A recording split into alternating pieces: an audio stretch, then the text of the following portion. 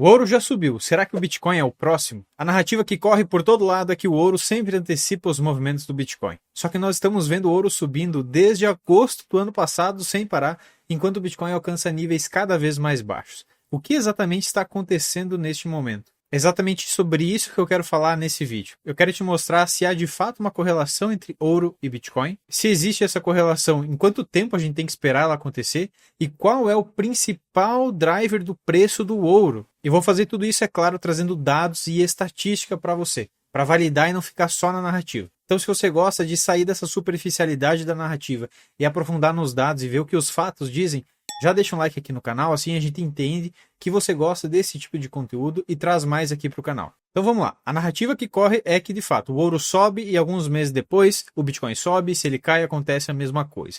Eu fiz aqui um desenho bem rústico no gráfico aqui no TradingView, só para exemplificar esse tipo de movimento e a gente vê que tem uma correlação até bastante grande, né? Aqui desde 2019 eu peguei, em amarelo é o ouro, em laranja é o Bitcoin, e eu coloquei letra maiúscula para o ouro e letra minúscula para o Bitcoin. Você vê uma onda aqui de alta do ouro acontecendo, do A até o B, e meses depois o Bitcoin aconteceu a mesma coisa. A queda, olha como o movimento ele se replica de forma bastante parecida entre os dois. Aqui também, nessa queda, até os repiques são parecidos e o ouro sempre antecipando os movimentos.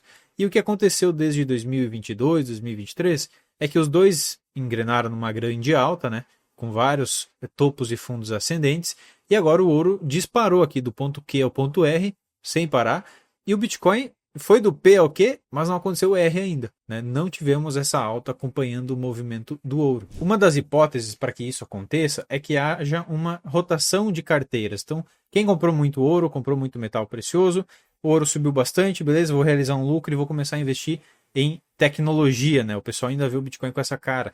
Ou pelo menos vou investir num outro hedge contra a inflação, o ouro que ainda não subiu tanto. Isso faz com que eles subam mais ou menos em tempos diferentes, né? O ouro acaba subindo antes, enquanto ele está corrigindo, o Bitcoin está subindo. Só que no longo prazo, eles sempre vão seguir a mesma direção. Isso aqui por testes já está bastante claro. Afinal, eles têm características muito parecidas, né? A principal, claro, todo mundo sabe, que é a escassez. Ambos são limitados. O Bitcoin, matematicamente, eu sei exatamente quanto vai existir. O ouro, eu não sei quanto vai existir.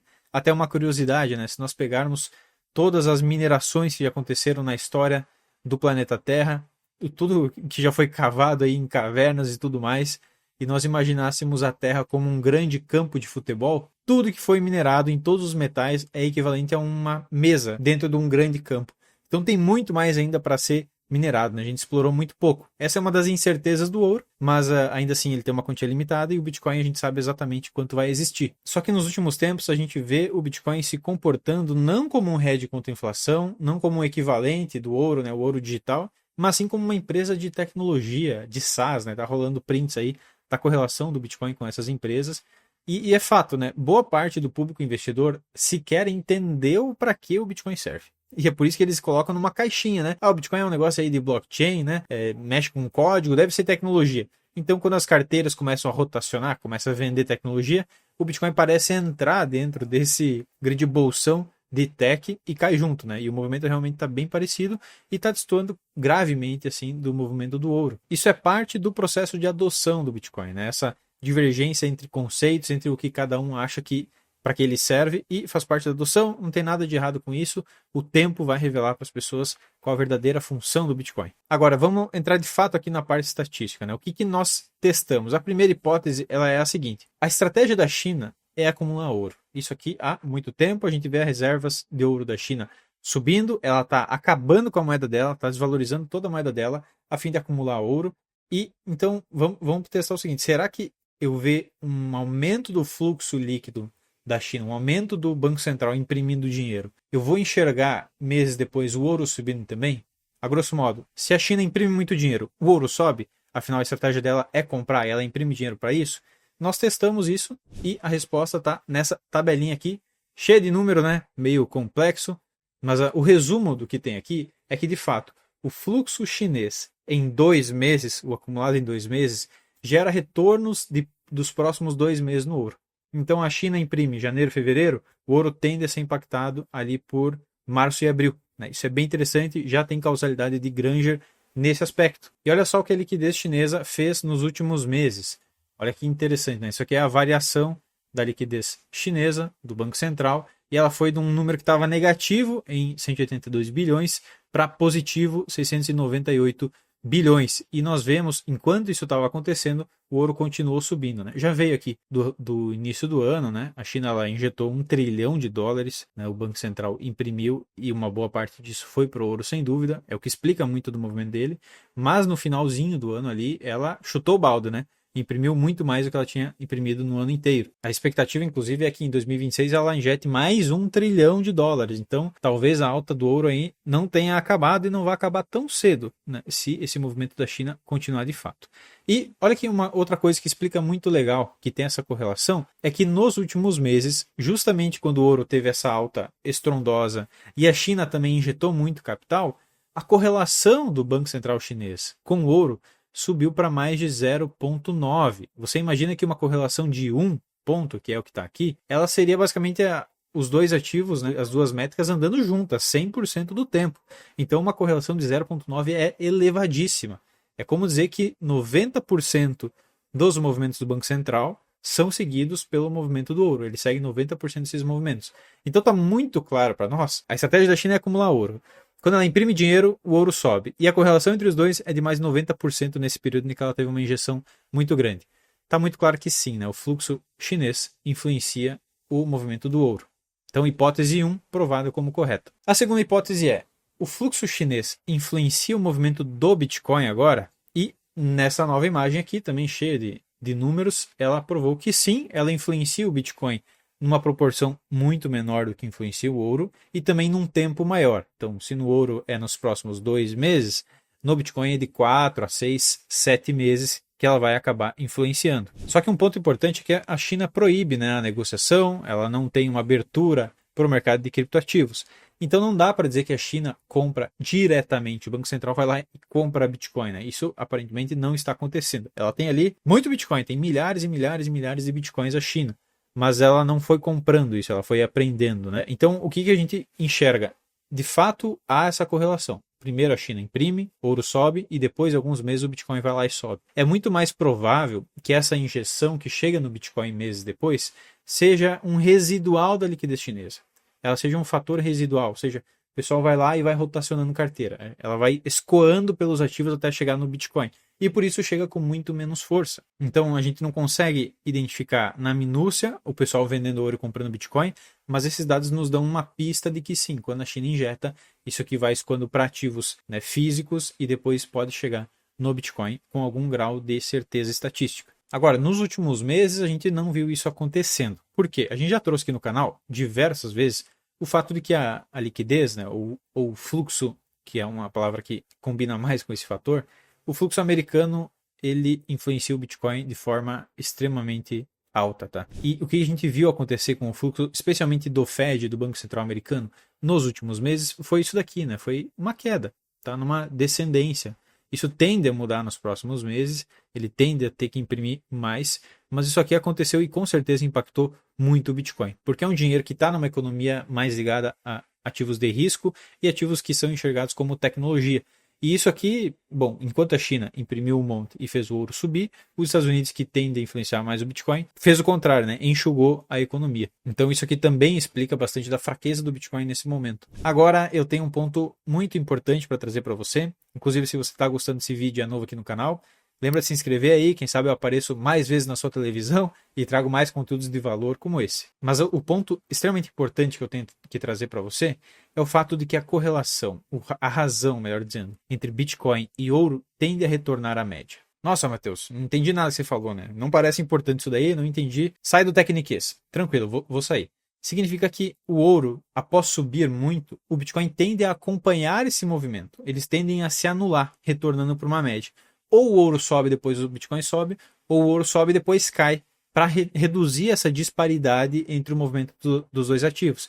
Historicamente, a gente observa que eles se anulam, que eles retornam à média. É basicamente isso que quer dizer, eles tendem a replicar o movimento um do outro. E esse gráfico que eu trouxe aqui, ele explica um pouco disso. Essa linha tracejada no meio aqui em preto é a média que a gente observa. Então, essa razão entre BTC e ouro, por mais que ela desvie, ela sempre tende a ficar se aproximando da média. E olha o negócio assustador que aconteceu nos últimos meses. Essa razão, ela atingiu o terceiro, quase o terceiro desvio padrão. Ou seja, isso aqui, a probabilidade disso acontecer é muito baixa, tá? Isso aqui é uma distorção absurda no mercado. O terceiro desvio padrão é forte já, né? E a gente vê, inclusive, durante essa queda aí, outros indicadores alcançando o quinto desvio padrão, que é o equivalente a um cisne negro. Mas isso aqui já aconteceu entre o Bitcoin e o ouro. O que nós temos que ver acontecendo, né, pela estatística? Essa linha aqui, ela tem que começar a subir em direção à linha preta. E como que isso vai acontecer? Se o ouro cair ou se o Bitcoin subir. E em que período essa reversão à média tende a acontecer? Pelos nossos testes nos últimos anos, né, ela vem reduzindo o tempo para retornar à média, mas dá ali em média de 7 a 8 meses. Então, você tem que ver um movimento do ouro caindo ou do Bitcoin subindo para corrigir dentro de 7 a 8 meses, desde que a gente foge da média, tá? No histórico inteiro é cerca de 18 meses, é um período maior. Mas nos últimos anos esse número vem reduzindo. Para você ter proporção, tá? Do que isso significaria essa razão voltar à média. Se o ouro se mantivesse em $5.000, tá? Não vamos pensar que ele vai subir, vamos deixar ele paradinho. O Bitcoin teria que subir para $140.000 só para retornar à média. Nem estou falando de distorcer para cima, ou seja, é um ganho de mais de 100% do patamar atual. Eu não tenho a menor dúvida de que isso aqui vai acontecer um dia. Tá? Não tenho, assim, uma das poucas certezas que eu tenho é que isso vai acontecer. A questão é quando, né? Hoje nós não temos por dados, que a gente acompanha aqui, até meados de abril, não tem um movimento desses para acontecer, do Bitcoin renovar uma máxima histórica para 140 mil. Mas o fato é, você está comprando um ativo que está extremamente descontado, né? O fato de você comprar a 70, a 60 ou a 50, pô, vai ser uma grande compra quando ele tiver a $140.000. Isso aqui você pode ter total certeza, né? Nem vai fazer tanta diferença. Mas olha o que a gente acabou de construir aqui. Vamos para esse diagrama, vai ficar tudo extremamente claro para você e você vai virar uma chavinha aí. A injeção de liquidez pela China acontece no mês 1 e no mês 2. O ouro é impactado no mês 3 e no mês 4. Com isso, a gente pode imaginar, né, que haja uma rotação de carteira nesse momento, que a injeção da China foi em vários ativos, eles começaram a migrar desses ativos para o Bitcoin, e lá no mês 6 ele é impactado pela liquidez da China, que pode ser de forma indireta, é o mais provável, e não diretamente. E aí no mês 7 ao mês 8, o Bitcoin ele começa, a razão entre eles dois começa a retornar à média. O ouro sobe, a média cai, né? A razão entre eles cai. O Bitcoin é impactado pela China, começa a subir e a razão vai voltando à média. Percebe como essas coisas começam a se encaixar ao longo do tempo? Olha a visão que a gente tem agora para compreender a relação entre China, ouro e Bitcoin. Isso aqui é testado estatisticamente. Isso aqui que é o ponto mais interessante. É óbvio que a estatística ela não é fiel 100% do tempo, né? Há desvios, né? Como está acontecendo agora, um desvio padrão, né? No terceiro desvio padrão. Mas isso aqui tende a acontecer, isso tende a se repetir historicamente. E eu peguei aqui um período de 2019 que nós tivemos uma injeção da China tremenda. Essa injeção agora, ela foi de 600, né, bilhões, quase 700 bilhões. Em 2019 ela chegou a bater 4.000 bilhões. É coisa pra caramba, né? 4 trilhões de dólares. E olha o que aconteceu com o preço do ouro nos 2 meses seguintes, né? 2 meses seguintes foi mais ou menos por aqui e seguiu subindo por mais tempo. Isso aqui foi o movimento do ouro. E quando o ouro estava mais ou menos aqui, olha o que acabou acontecendo com o Bitcoin, subiu 204%, tirando a distorção entre os dois, retornando à média. É muito bonito ver isso aqui acontecer. A gente não sabe se isso vai acontecer agora nesse mesmo espaço de tempo, mas o fato é que existe uma reversão à média ao longo do tempo e existe uma relação aparentemente de causa e efeito entre altas no ouro, uma rotação de carteiras e altas no Bitcoin. A questão é, essa alta vai ser forte o suficiente para passar pela pressão de vendas que a gente está vendo agora, pressão de vendas totalmente no pânico, especialmente de investidores de curto prazo?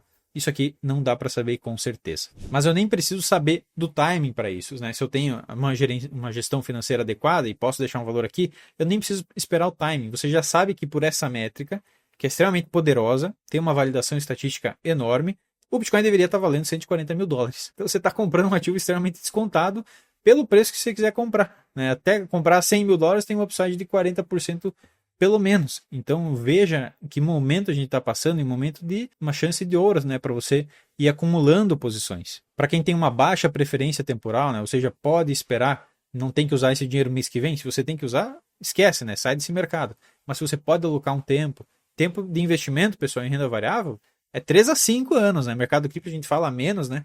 Fala de 12 a 36 meses. porque ele é mais rápido. Mas sim, você vai investir na bolsa, cara, você tem que esperar uma tese se atualizar dentro de 5 anos, né? Um período maior.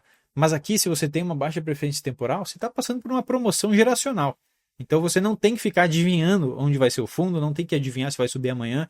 Saiba que você está comprando um ativo que tem uma projeção de médio e longo prazo extremamente benéfica, pela característica dele, mas por tudo que está acontecendo, por toda a adoção que está acontecendo, e você está podendo comprar ele barato. E se o preço cair mais, ele vai ficar mais barato. Mas isso aqui tem que ficar cravado assim na sua mente. Quanto mais o preço cai, mais é a chance de comprar um ativo com um upside cada vez maior. Essa é a moral da história. E se você quiser ajuda com a nossa sinalização para fazer isso, confere os links aqui na descrição. Você vai poder conversar com o nosso time, conhecer o Professional, né, nosso serviço de inteligência. A gente abre tudo o que a gente analisa para você toda semana. E também tem o nosso grupo gratuito aí do WhatsApp. A gente manda algumas atualizações, né? Sempre que você quiser conferir o que está acontecendo no mercado, você pode ir lá, receber também os vídeos aqui em primeira mão. Tá tudo lá no grupo do WhatsApp. Eu agradeço aí sua audiência, espero que tenha sido útil o material que a gente trouxe aqui, uma pesquisa um pouquinho mais extensa do que a gente está acostumado a trazer aqui para o canal, mas espero que tenha sido de valor. Obrigado pela sua companhia e até o próximo vídeo. Tchau, tchau.